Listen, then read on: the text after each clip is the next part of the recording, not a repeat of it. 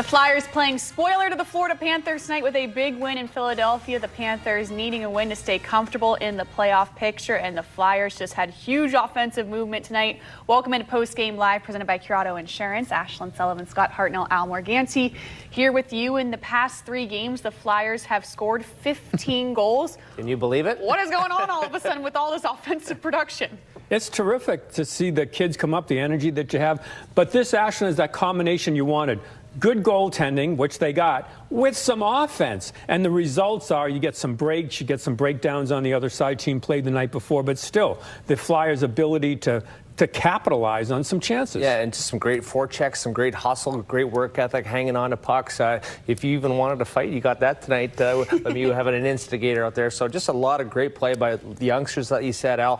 Lemieux, Farabee, Forrester having an epic game. So these guys are playing for keeps, they're playing for jobs, and they're really impressing us up here. Yes, and Sanheim as well. And this was the case as well against the Buffalo Sabres. These were teams that needed to show up in these games and we're fighting for something, and we expected a really epic matchup, and this has now happened twice where the opposing team, it's like, well, what's going on with you? Yeah, this is what happens a lot in the league at the end when you see teams that look like they're out of it, that come in and guys playing for jobs here.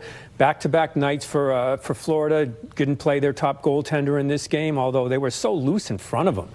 That's what shocked me, Scott, how loose they were defensively. And it is amazing at this time of the season when you're totally out of it, and it's so easy to play, right? And the Flyers are playing loose for Florida, for Buffalo last week. It's tough for those guys to play because it's a little bit more pressure, but the Flyers are playing loose. They played solid tonight. One of the best games that we've seen offensively, defensively, and goaltending was spectacular. Yes, it was, and that leads us to our Colonial Nissan Game Changer, which is 3 goals in 2 minutes and 1 second. That's the quickest it's been to score 3 goals for Flyers all season. And Scotty loves this move by Scotty. 1, 2, 3, 4, 5, 6 stick handles, and then upstairs. I think he kind of deked himself out along with Alex Lyon and going upstairs. And then here's number 2, a beauty here by Sanheim, just kind of hanging around the blue paint. Yeah, that's the defenseman up in the zone. And that played again and again with the Flyers, the defenseman getting up in the zone. Sanheim had a couple, and then to add to it, Provorov adds another one here. Later, just a few seconds later, it seemed like right up there, come in, go across.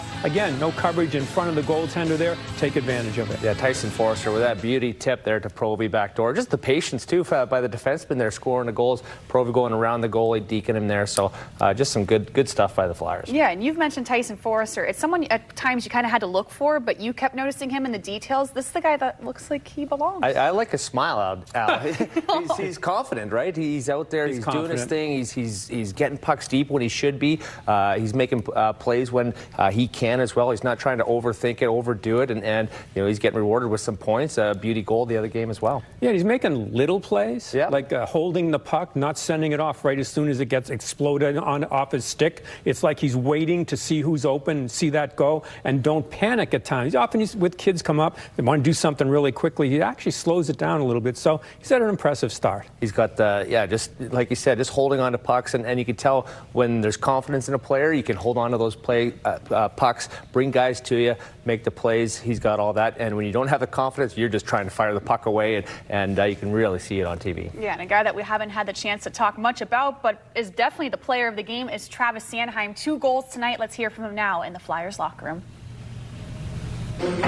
Travis, it's obviously been a few days, but was there a bad taste in your guys' mouth still after the way Saturday's game ended?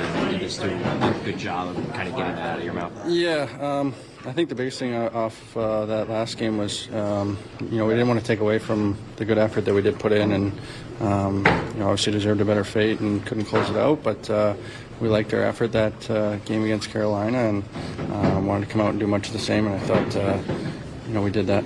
One of the things you liked about that game is the way you fought back from deficit, and did that help when you guys went down quickly to kind of draw on what you guys did last game? Yeah, especially playing a high-end team like Carolina. I think it showed that we can play with anyone, and didn't get too worried going down early in this one.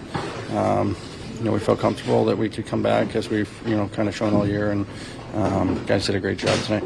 Are you guys specifically looking to activate the D9 in some way? Yeah, that's just the way it goes sometimes. Obviously we'll take it. Any goals from D-man, we're happy. So it was nice to see. There were a lot of shots against tonight. How come you guys were able to convert so many into goals? on the defensive end? Yeah, you know, that was something that we knew coming in, that I think they've got the most shots, or one of the most shots on goal. So obviously they're shooting from everywhere, and you don't want to look into that too much. And I think for us, we capitalized on our chances, did a great job. Forwards did a great job down low, grinding their D-man, especially in the second period. I thought we did a great job, and you know, able to close it out. Travis, where do you think your game's at right now? Obviously, it's been a bit of a struggle for you this year, but you get the 2 goals tonight. Do you think you're back on the right track? Well, I'm getting there. Obviously, that's a big part of my game is contributing and joining offensively, and you know, that's something that's in the past. I've been getting goals like I got tonight, right around the net. So you know, that's something that I want to continue, and you know, hopefully the last stretch here I can put together some good games. Travis Sanheim with a huge night, 2 goals tonight. Coming up, we're going to talk about Joel Farabee. You're going to hear from Joel Farabee. You're going to hear from this guy, John Tortorella. Stay with us. Postgame Live, presented by